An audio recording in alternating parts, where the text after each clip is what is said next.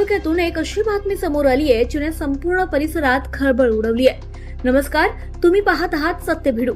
बातमी सुरू करण्यापूर्वी एक छोटीशी विनंती आहे, जर तुम्ही सत्य भिडू चॅनलवर नवीन असाल तर अशाच निर्भीड, रोखठोक आणि जनहिताच्या बातम्या सर्वात आधी पाहण्यासाठी आमचं YouTube चॅनल सबस्क्राइब करा। आणि जर तुम्ही हा व्हिडिओ Instagramवर पाहत असाल तर आमचं पेज फॉलो करा, व्हिडिओला लाईक करा, तुमच्या मित्रांपर्यंत शेअर करा आणि अशाच महत्त्वाच्या अपडेटसाठी बेल आयकॉन दाबायला विसरू नका, कारण तुमचा एक सबस्क्राइब, एक फॉलो आणि एक शेअर आम्हाला निर्भीड पत्रकारिता करण्यासाठी अधिक बळ देतो।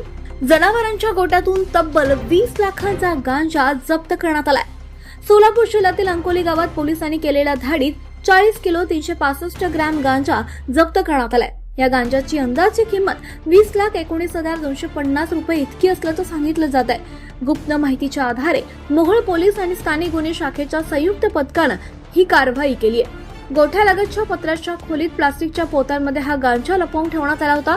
या प्रकरणी भैरवनाथ नरहरी भोसले यांच्या विरुद्ध NDPS कायद्यान्वये गुन्हा दाखल करण्यात आला असून पुढील तपास सुरू आहे। पण इथूनच सुरू होतात काही गंभीर सवाल। गोठ्यात एवढा मोठा गांजाचा साठा असला तरी कोणालाच कसा कळला नाही? हा माल नेमका कुठून आला? तो कोणाच्या सांगण्यावरून ठेवण्यात आला? यामागे मोठं रॅकेट आहे का?